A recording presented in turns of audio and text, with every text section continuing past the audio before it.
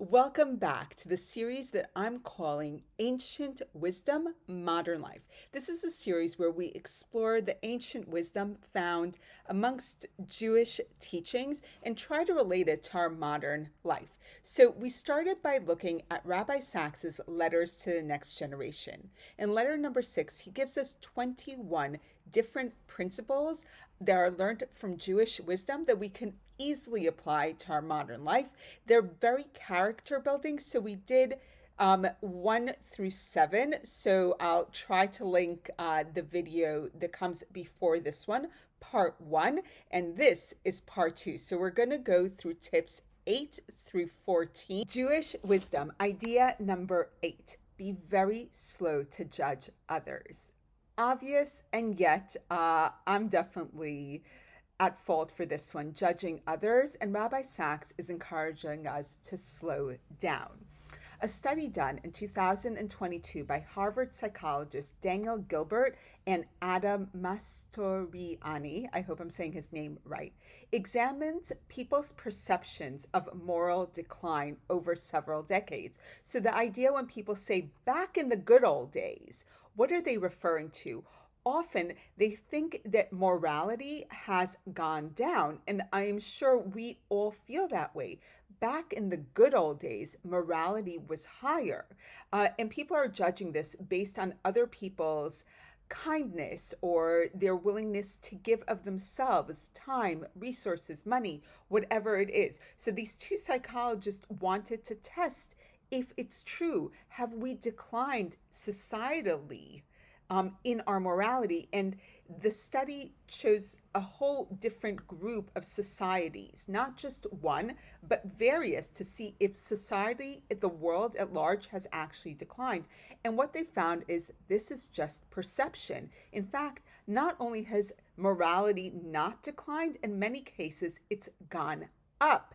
What has declined is our perception. We perceive that morality has declined, but it hasn't in fact done so. And the question is, why do we do that? Why do we perceive something that's not true? So firstly, negativity bias. We all have it. We'll remember the negative far quicker than we remember the positive. Negative stories tell far better than positive stories. And the story I want to share with you is Bernie Madoff versus Dr. Ruth Gottesman. So Bernie Madoff, you say the name, all of us know he was a swindler. He was very much involved in a massive Ponzi scheme.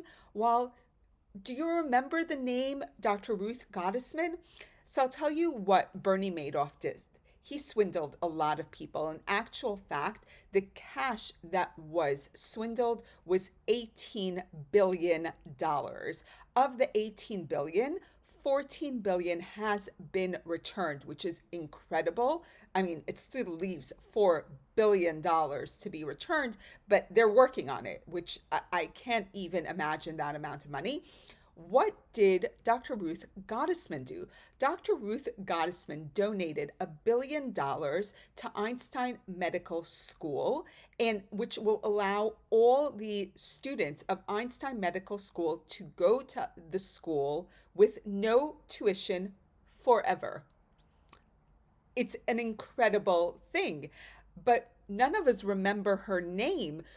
I'm sure the students do, but it's not part of what we know. So when you compare Bernie Madoff to Ruth Gottesman, we're going to remember Bernie Madoff, and that name is going to stay with us. And that's who we're going to remember because we're inclined to do so. So when asked, yes, morality seems to have gone down, but it really hasn't, because people like Ruth Gottesman exist in this world. It's our perception that has changed. So as Rabbi Sacks says, be very slow to judge others. If they are wrong, God will judge them. If we are wrong, God will judge us. Rabbi Sacks Jewish Wisdom, idea number 9. Greater by far than the love we receive is the love we give. So for this, let me use a Bible story, the really well-known story of Ruth. So Ruth is one of the daughter-in-laws of Naomi. Naomi has 2 sons. When the sons die, as does her husband, Naomi heads back to return to Beit Lechem, to the place where she's from in the land of Israel. As she leaves, her daughter-in-laws follow her, and Naomi says to her daughters-in-law, "Go back, I have nothing to offer you." And one of the daughter-in-laws does turn back. The one who doesn't, Ruth, says, "No, I'm coming with you." Now, I want you to consider this. Ruth is leaving the place she has always known. She's going to a place where she's going to be a stranger, a foreigner. She's not going to be accepted in the society. She's also probably leaving the comforts of home. We're told that she was of either high rank or a princess in the place she comes from. She's leaving it all behind. And we get in our vocabulary, in our Judeo-Christian consciousness, these words that are there forever, that Ruth says to Naomi: "Where you go, I will go. Where you stay, I will stay. Your people are my people. Your God is my God." And she wholeheartedly embraces this. She gives and gives and gives. Now, most of us will say, well, it kind of worked out all right for Ruth. She marries Boaz, and Boaz was one of the leaders of society in Israel at the time. He's also wealthy. We know that because he owns all these fields. And then she becomes the great grandmother of David. But was she aware of any of this? Yes, she's aware of Boaz's place. But did you know that according to Midrash Rabbah on the book of Ruth, which is one of the Jewish commentators, he says that Boaz died very soon after consummating the marriage. So she's widowed a second time, very young. And if she's David's great grandmother, what are the chances that she was around to witness this happening? So we say it worked out well for her. We have the benefit of hindsight. She didn't know it was going to work out this way. In fact, she probably never knew that it had worked out this way, that she became the great grandmother of David. Like, how incredible is that? All she did was give and love, expecting nothing in return. Wisdom idea number 10. Take God seriously, but never take yourself too seriously. I love this one. I know I say that about all of them. I'll find one I don't love and tell you all about that one. But here we go. So in a world where we all take ourselves incredibly seriously, in a world where people strive for recognition and validation, Rabbi Sacks is encouraging us, do not take yourself too seriously. Take God seriously, but not yourself. The Hasidic Rabbi Simcha Banim of I'm going to say it wrong. Rabbi Simcha Banim, I will write down where he's from and you can pronounce it, who was an 18th century Hasidic rabbi, used to walk with two notes in his pocket. In one, it said, "I am nothing but dust and ashes." And in the other one, it said, "The world was created for me." These two things kind of invalidate each other. Either the world was created for me, or I am nothing but dust and ashes. And he would carry them in his pocket and take them out and see which one was relevant for the situation he found himself in. In 1966, when Israeli author Shai Agnon received the Nobel Prize in Literature, he too put these notes in his pocket. The one that said, "The world was created for me," and the other that said, "I am nothing but dust and ashes." Jewish wisdom idea number 11. Use your time well. Obviously use your time well. Rabbi Sacks says he's not the first to say it. He's not going to be the last to say it. Life is short. Do not waste your time on things which aren't worthy of your time. He has a list, quite comprehensive, of the things he feels are a waste of time, be it watching TV, computer games, junk mail, idle gossip, anger, indignation, or criticizing others. He says by refraining to do this, we won't be wasting our time. But here's the thing, and not that I disagree with Rabbi Sacks, I agree with him entirely.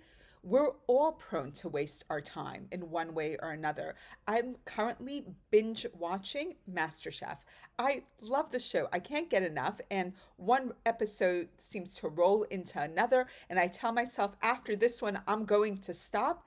and yet I don't. So is there a solution out there that I can utilize to stop the binge watching and also to not do the things that Rabbi Sacks puts on his list, which may be even more detrimental to me? Things like idle gossip, anger, indignation, these are wastes of time as well. So, the author of the famed book, 4,000 Weeks, which I need to read, haven't yet, but I read an article in which he is cited. His name is Oliver Berkman, and he says that the idea is to prioritize. So rather than thinking of, I should be doing less of fill in the blank, you should be doing more of something else. So if I watch a little bit less, I can spend more time with my children.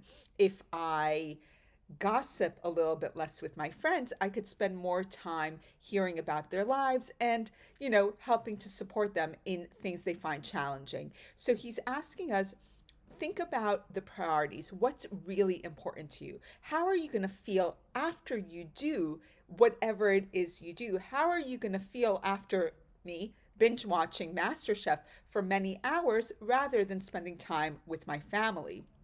Once you start thinking of it this way, it is so much easier.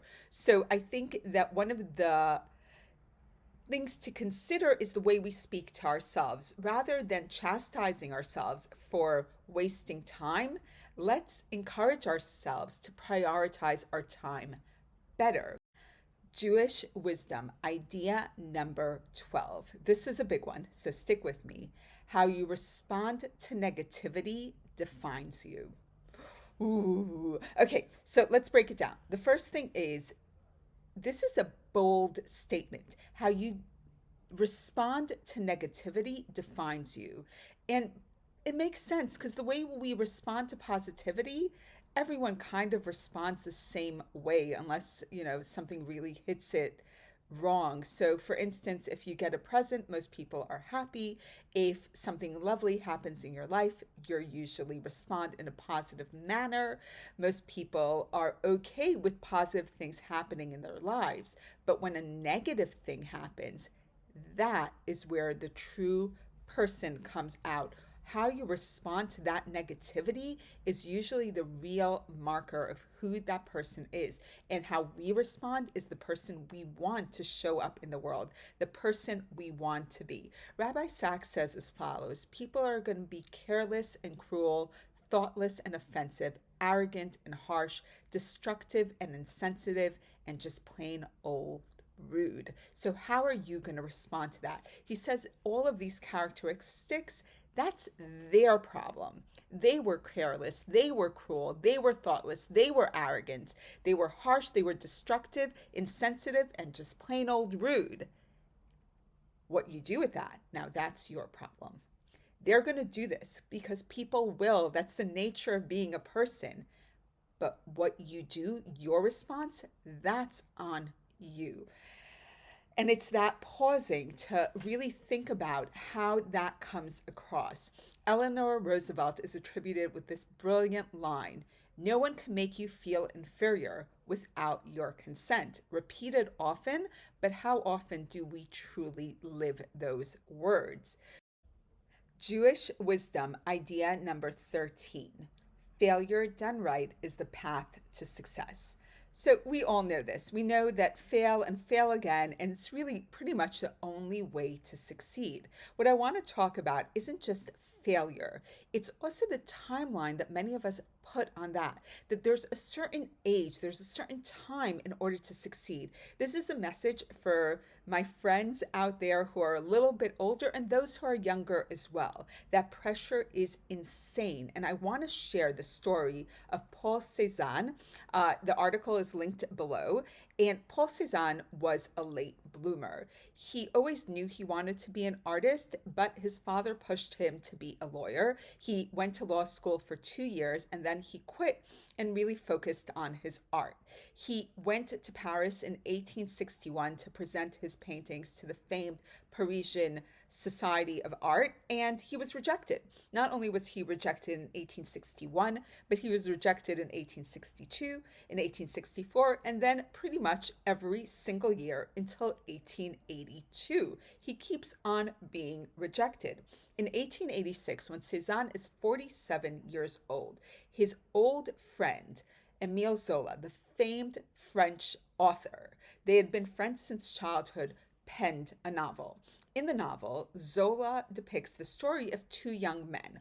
One grows up to be a famous author, i.e., Émile Zola, and the other grows up to be a failed artist. The failed artist is almost probably completely based on Cézanne.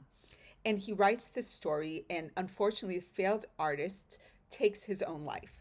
And he then sends this published work. So Émile Zola sends this work to Paul Cézanne.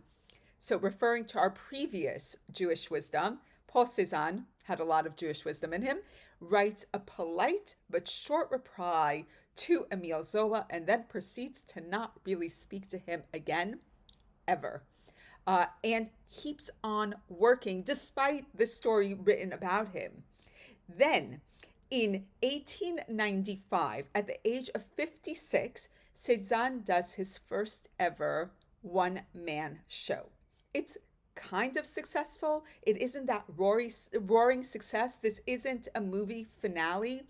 2 years after that, he sells his first painting to a museum in Berlin, and then he starts selling continuously, and he doesn't earn as much money as Manet or Renoir, but he keeps on selling. After he dies at the relatively young age of 67 in 1906, he's acknowledged as a brilliant artist who was just a very late bloomer. But what he did was, until the day of his death, he kept on refining his art, learning from every single failure, never giving up. It's incredible. And I want to highlight people who never gave up, people who realized that the failure was what was going to lead to their success. Morgan Freeman was in his 50s when he starred in Driving Miss Daisy and was finally acknowledged as a brilliant actor. Copernicus was in his 60s when he came up with the theory of planetary motion.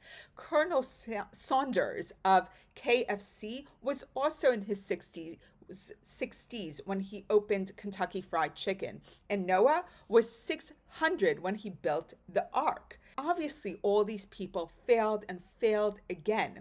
But what Rabbi Sacks says, failure done right leads to success. And I so live by that not only do I agree with Rabbi Sacks entirely, but I want people to hear this and hear it clearly. Do not be despondent, no matter the failures behind you, no matter how young or old you are. We celebrate child prodigies, but we don't really pay attention to older people who have succeeded. We shouldn't do that.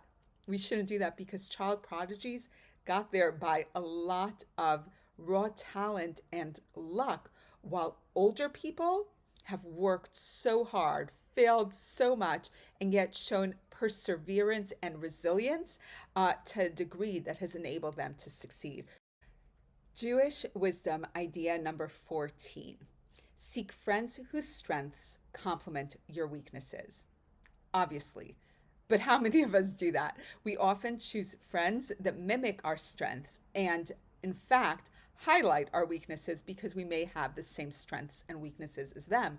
Rabbi Sacks says, no, look for people who are opposite you, who complement your weaknesses and help you. Like, this is what you should be looking for. The Torah says that clearly about Adam and Eve, and we'll go into that in a different video. But let's concentrate on a different biblical couple, Moses and Aaron. And this is the great partnership of Moses and Aaron. Moses was a leader unlike anyone who came before or after him. He had a relationship with God that no one else had. He communicated with him so much so face to face in a way that no other prophet did. But Moses felt he was limited in his ability to communicate with other people. He could communicate with God, but not with other people. He was concerned about his stammer or his lisp, as the Torah says. And God says, well, your brother Aaron, he could speak to people. And they complemented each other. And it's this beautiful partnership where they work together. In this partnership, together they accomplished what neither of them could have done alone. They liberated an entire nation. They established the spiritual foundations of Judaism that we still live today. And they did it through working together in this partnership. In conclusion, for this video at least, part 2 of Jewish Wisdom based on Rabbi Sacks' Letters to the Next Generation. So the principles we covered today: 8, be slow to judge others. 9, greater by far than the love we receive is the love we give. 10, take God seriously, but never take yourself too seriously. 11, use your time well. 12, how you respond to negativity defines you. 13, failure done right is the path to success. 14, seek friends whose strengths complement your weaknesses.